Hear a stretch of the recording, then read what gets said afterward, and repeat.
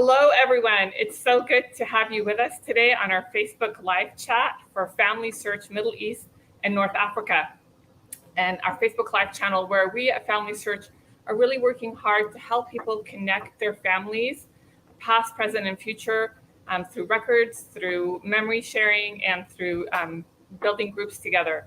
So we are super excited to have you with us today as we talk about how do we overcome challenges as we try to connect with our family roots in the Middle East. And we're so happy to have Dr. Akram Khater from the North Carolina State University. He's the professor of history there. He's also the director of the Khairallah Center for the Lebanese Diaspora Studies.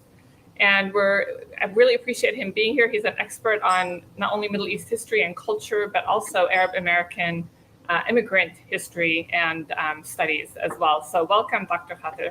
Dr. Akram, thanks for being here. Thank you, Natalie. It's a pleasure. Akram said I can call him Akram, so I really appreciate that. It's nice to have a conversation with a friend. Well, like many of you, I too am an American, Arab American, if you will, an immigrant. My family comes from Palestine and Lebanon. And for many of us, we might be first generation, we might be second, third, maybe even fourth generation. And we all have this inner desire to continue to maintain our heritage, to maintain our roots and keep that connection and pass it on, hopefully, to our children. We're very proud of those family connections. And we know that family is so important for our Middle Eastern culture. But sometimes it can be really frustrating, especially if we've been now 2 or 3 generations removed from our homeland, to be able to go back and reconnect with that. And so we're really looking forward to Akram's input and advice as he helps us to overcome. We're going to talk about 3 challenges today that kind of make it difficult for us to reconnect. And he's going to offer some advice as to what those 3 challenges are and then how do we overcome them. So thanks again, Akram, for being with us. And we're really looking forward to your input. So the question again that I have, and that I think we all have, is from your experience, what do you find to be the top 3 challenges to connecting with our homeland roots and our family members there? And how can people overcome these? Absolutely. And thank you again, Natalie and Family Search, for all the work that you guys do to make those connections. And really, it's a labor of love on the part of Family Search, as well as a part of our center, the center that I lead. So here at the center, we get, as I'm sure with Family Search, we get a lot of people that communicate with us, asking us to help them find their ancestors, whether it's in Palestine, Syria, or Lebanon, and even beyond that in the rest of the Middle East. And they speak a lot about their frustrations. And if I was to boil them down, for a lot of people who are living in the diaspora, whether it's North or South America, Australia, or various other places, they really are, to a certain extent, used to, and may I say also, spoiled by Family Search and other genealogical search engines, because they go in, it's a digital platform, they type in a word, and out of millions upon millions of records, it pulls up any information based on that. So one of the first challenges is that there's nothing like that within the Middle East. There is no central database that you can go to easily and do that. The second challenge is that what you find is when you try to go even to the Middle East yourself, and I can give examples of that, and Natalie, I think you've experienced this, and you start asking around. You start asking, acquaintances, friends, family, even extended family. You start asking them about your family history, and immediately what you get facing is a wall of suspicion, because the first question in their mind is, why are you asking this question?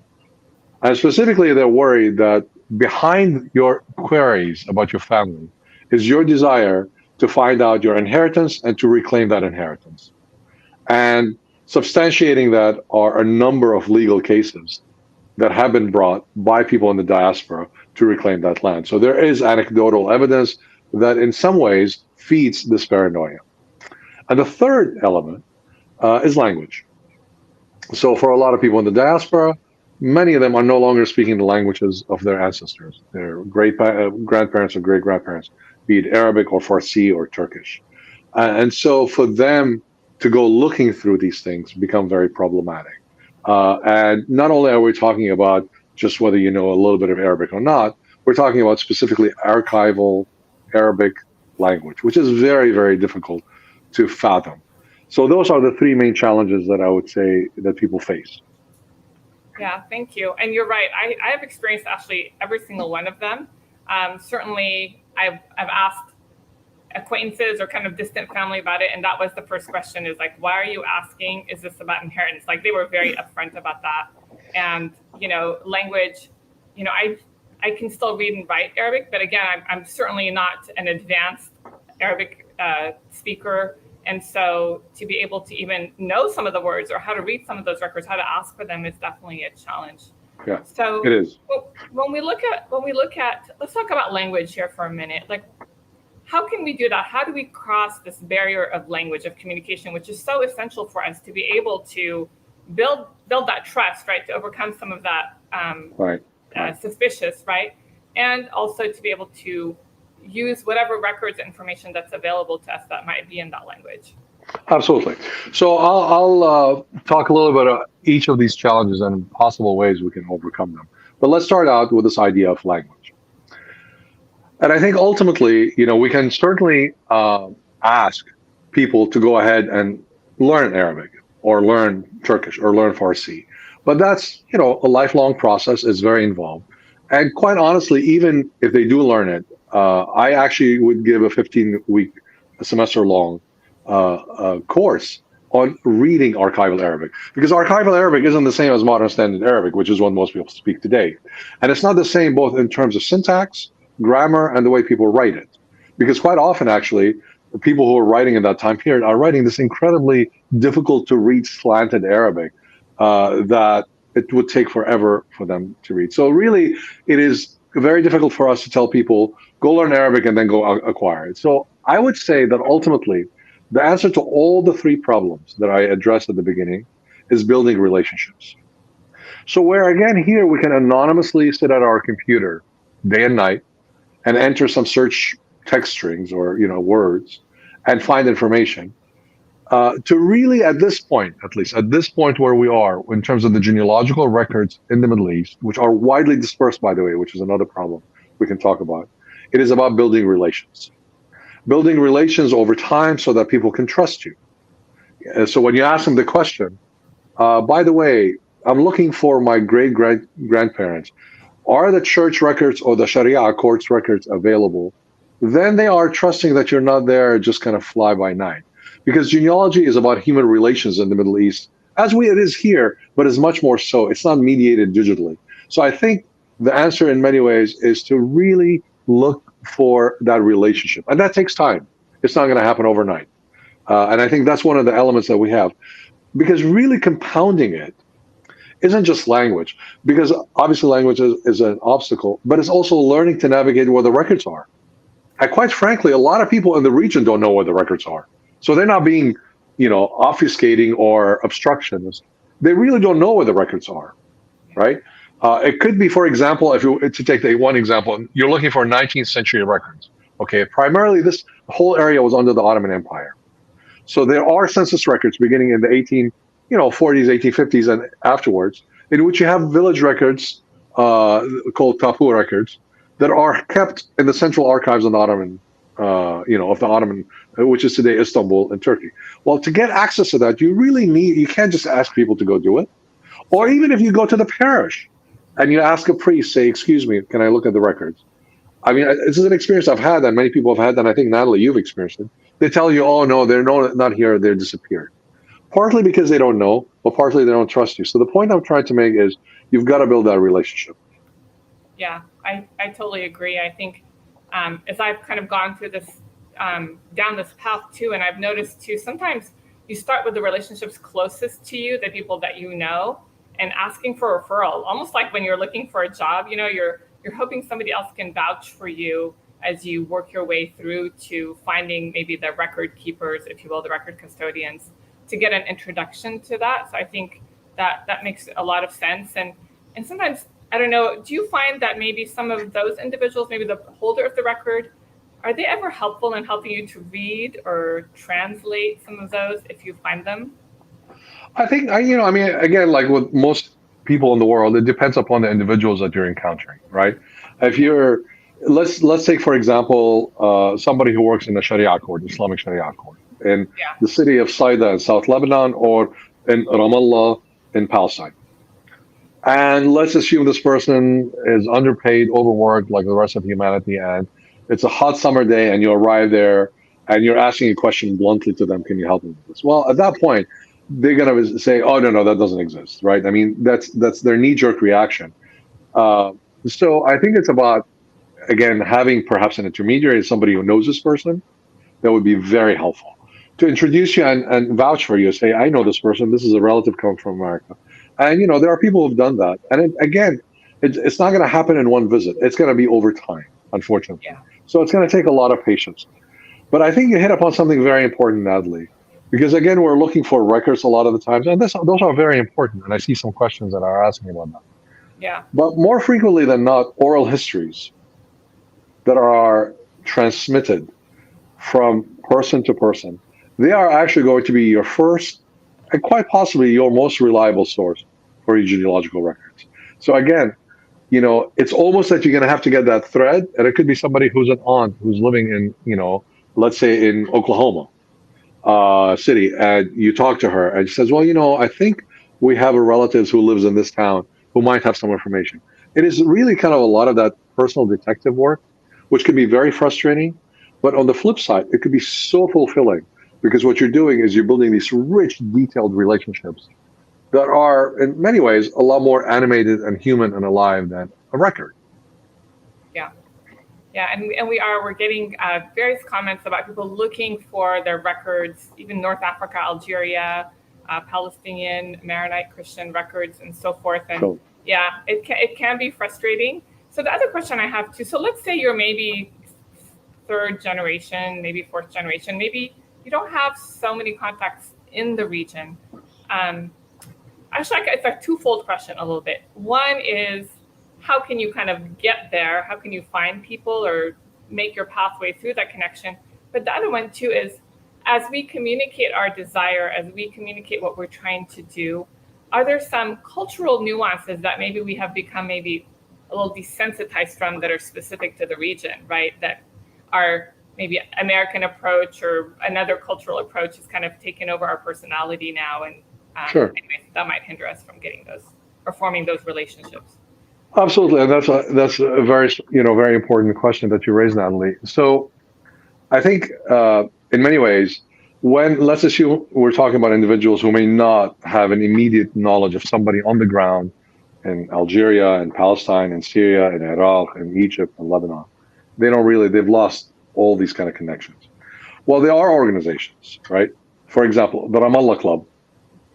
The Ramallah Club is probably one of the largest gatherings of Palestinian Americans. Or the Southern Federation for Syrian Lebanese American Clubs, an establishment, a heritage organization that has been around since the 1930s. You start with these organizations that are maintaining a connection to the heritage, to the history, and you work your way through that. The Arab American National Museum is very helpful. My colleagues there, we try to be as helpful as we can, although we're not a genealogical research center, but we try to help by putting people in connection. So in essence, you go through these Arab American organizations that are in place to try to build that relationship. Because again, here I emphasize, this is going to take time, patience, and a lot of humility. Because you are going to be criticized for being too American. How can you not speak Arabic? You arrive there because in many ways we are Arab Americans, with the emphasis on the American part for some generations. And there's nothing to be embarrassed about.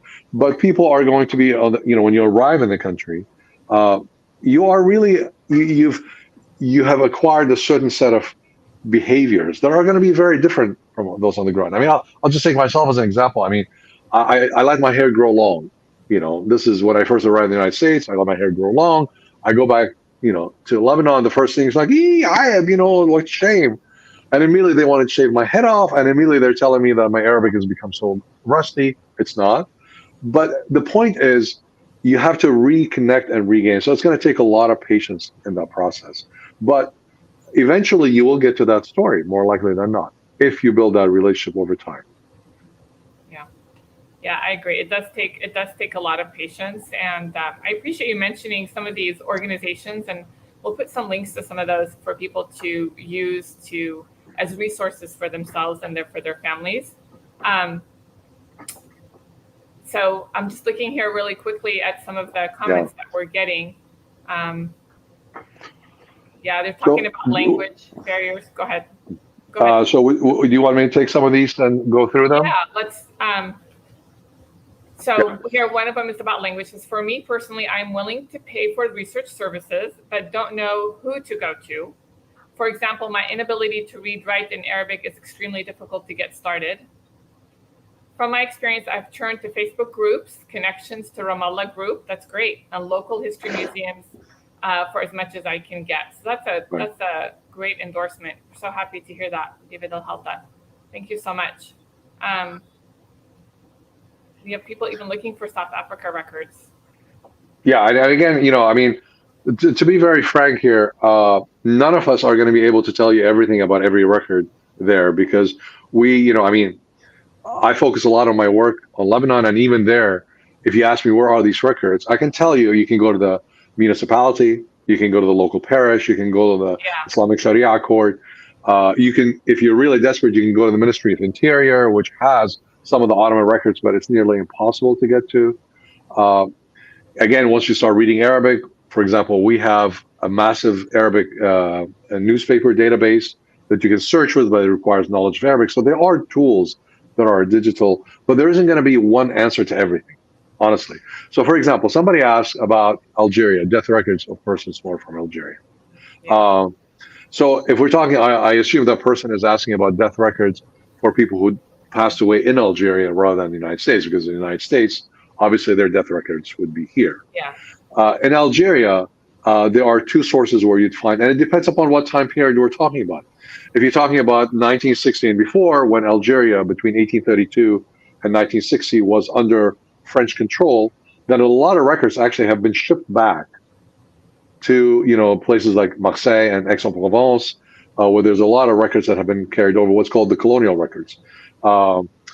Nonetheless, you'll still find, again, in the Sharia course, there are these records, and in the local municipalities, what they call them the city hall, you would find those records. So that's going to be very localized. But I can't really speak beyond that because I'm not sure if Algeria has centralized any of their records. And that's a question that only by talking to people who've done genealogical research in Algeria can you answer that. Yeah, I think you bring up a really good point. In the sense of what I'm hearing you also say is having a little bit of understanding of the history of the era where your relatives may have lived, for example, like the understanding of the colonization, I can't even say the word, of Algeria. Like potentially records could be in France, potentially records could be in Algeria. And so that might also spur new doorways for you to go into to find some of those records that you're looking for. We're getting people asking about South Africa, about Jewish Mideast roots too. Sure. Again, I think those same concepts seem to, I would say, apply kind of across the board, really, to almost any country you're doing research in as an immigrant, right, where your family came from as well. So I think that's really helpful. One of the comments too talked about their family name had changed and has now become Thomas. We know Danny Thomas, the great entertainer of the 50s and 60s. So that could also be another challenge is tracing your family name and its evolution as people arrived and now are writing their name in using different set of alphabet, right? But not with all the same sounds as certainly like the Arabic language might have, and try to trace that back can also be a challenge as well. I think this is like really great advice. What I've heard you say today, Akram, is as we embark on our family history, as we're trying to connect with those roots, number one, we definitely need to be patient, right? And to be humble and to really go on this journey of discovery, right? And to be patient with ourselves and also with the resources that are hopefully over time becoming more increasingly available. And second, I've heard you also say that building trust amongst family members near and far, and also maybe with organizations, using those bridges of trust to hopefully help us to connect with people who might have those records, and to also have those conversations with family and help them to know that it's about building connection amongst our family, not about some economic goal that we have from there as well. And then one thing I do want you to mention, we talked about language, and many people have listed that language is a challenge. I know that you're doing some work with handwriting analysis because, like you said, written script is even more difficult to decipher than typewritten. Sure. Can you talk a little bit about that and some of the advancements that are being made in science that are hopefully will help the rest of us be able to, again, bridge that gap? Absolutely. So we are partnering with Family Search. Plus, we have a grant from the National Endowment for the Humanities to develop what's called Arabic handwritten text recognition. Because before, I would argue, before the 1960s even, most genealogical records, if not all, were handwritten in one form or another. So the massive number of the hundreds of millions of records, whether it is during the Ottoman period, during the colonial period, or during the independence period, is going to be handwritten. And one of the challenges of that, of course, is how do we digitize this stuff and make it searchable as digital text? And so, as I said, we've partnered with Family Search, and we have received funding from the National Endowment for the Humanities to create, in essence, an AI system that will take these handwritten records and automatically transfer them into digital text. I mean, and the purpose for that, of course, is to speed up considerably, massively, the transcription of handwritten records, genealogical records, into digital data. And that would be a huge advantage. I mean, I will use this word, I rarely use it, but it would be a revolutionary development. We hope that this will be a 2-year project in which we begin to see some real, results. And, we already are seeing early on in the last 6 months, some really hopeful results. But there was also as you know, Natalie, the challenge of getting to those records as well, and then convincing those who hold the records that we would love to scan them and turn them into digital text. And that's a process that, again, we have partnered with Family Search to have conversations and to run pilot projects in the Middle East, specifically in Lebanon, on that. And that's a very challenging process because not every organization is going to trust us with this. But certainly, I think what I'm hoping with this project is that when we develop this technology and we create a pilot project in which we take some census records locally and we digitize them and we turn them into a searchable database, people will see this amazing recognition because there's an incredible thirst, as we see from the questions, amongst Middle East populations in the diaspora, anywhere they are, South America, North America, Australia, Sub-Saharan Africa, to really understand where they come from. This is natural. And, we will do everything we can to help facilitate that. But again, I think while we're doing that, I would reemphasize that it's important to start collecting these histories that are already there. Talk to your family members, right?